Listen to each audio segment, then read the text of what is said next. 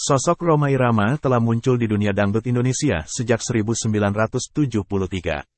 Tapi banyak yang tidak mengetahui, sebenarnya Rhoma Irama telah main film sejak 1958. Di dunia dangdut Indonesia, nama suami Rika Rahim ini memang tak diragukan lagi.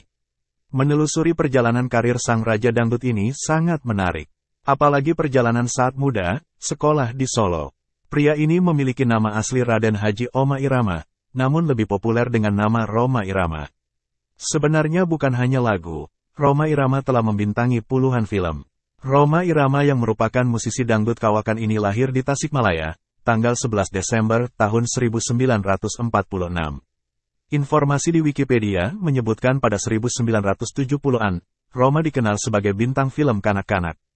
Film pertamanya Jenderal Kancil pada sekira 1958. Karir di musik dimulai sejak Rhoma Irama usia 11 tahun. Dia menjadi penyanyi dan musisi ternama setelah jatuh bangun dalam mendirikan band musik, mulai dari band Gayan pada 1963.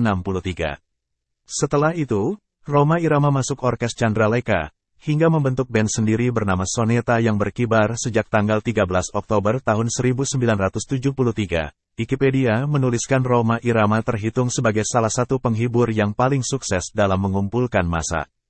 Rhoma Irama bukan hanya tampil di dalam negeri, tetapi ia juga pernah tampil di Kuala Lumpur, Singapura, dan Brunei dengan jumlah penonton yang hampir sama ketika ia tampil di Indonesia. Sering dalam konser Rhoma Irama, penonton jatuh pingsan akibat berdesakan. Orang menyebut musik Rhoma adalah musik dangdut, sementara ia sendiri lebih suka bila musiknya disebut sebagai irama Melayu.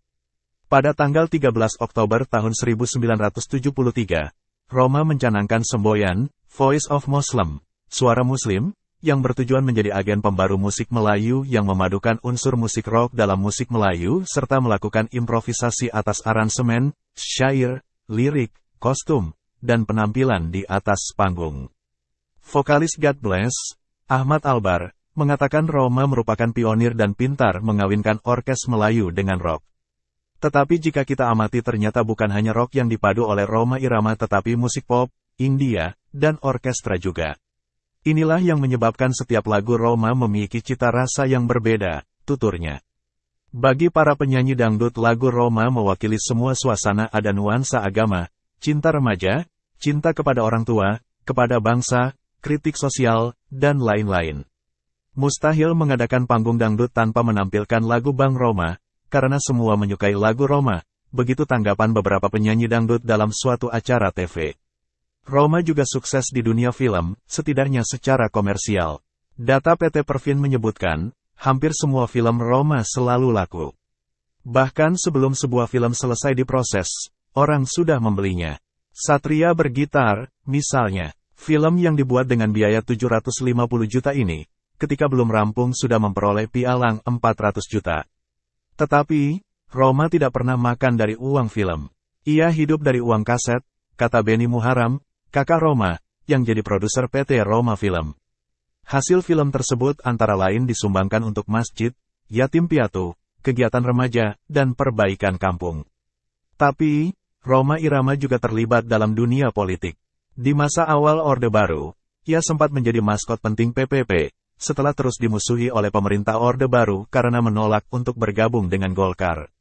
Rhoma sempat tidak aktif berpolitik untuk beberapa waktu, sebelum akhirnya terpilih sebagai anggota DPR mewakili utusan golongan yakni mewakili seniman dan artis pada 1993.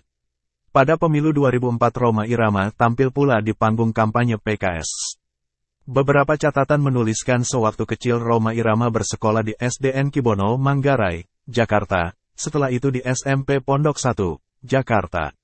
Setelah lulus dia melanjutkan ke SMA Saint Joseph, SMA Santo Yosep, di Solo, kemudian kuliah di Universitas tanggal 17 Agustus Jakarta.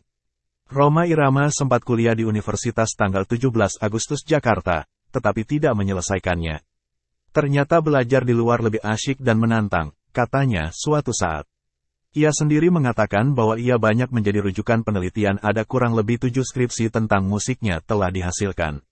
Selain itu, peneliti asing juga kerap menjadikannya sebagai objek penelitian seperti William H. Frederick, Doktor Sosiologi Universitas Ohio, AS yang meneliti tentang kekuatan popularitas serta pengaruh Rhoma Irama pada masyarakat. Pada bulan Februari tahun 2005, dia memperoleh gelar Doktor Honoris Causa dari American University of Hawaii dalam bidang dangdut. Namun gelar tersebut dipertanyakan banyak pihak karena universitas ini diketahui tidak mempunyai murid sama sekali di Amerika Serikat sendiri, dan hanya mengeluarkan gelar kepada warga non-AS di luar negeri. Selain itu, universitas ini tidak diakreditasikan oleh pemerintah negara bagian Hawaii. Selama karirnya sebagai musisi, pencipta lagu dan bintang layar lebar, Rhoma Irama telah menciptakan sekira 1000 buah lagu dan bermain di lebih 20 film. Satu yang jadi sorotan adalah sang istri yang bernama Rika Rahim, cantik dan memiliki darah blasteran Jerman itu disebut sosok setia yang menemani Rhoma Irama. Tapi sebelum menikah dengan Rika Rahim, Rhoma telah menikah dengan perempuan cantik juga, namanya Titik dan juga Veronica. Rhoma Irama menikah dengan Veronica pada 1972. Dari pernikahan itu lahir 3 orang anak, yaitu Debbie Verama Sari tanggal 18 Desember tahun 1972, Fikri Rhoma Irama tanggal 30 September tahun 1976 dan Romi. Rhoma Irama akhirnya bercerai dengan Veronica bulan Mei tahun 1985. Sebelum bercerai, sekitar setahun sebelumnya, Rhoma Irama menikahi Rika Rahim, lawan mainnya di beberapa film.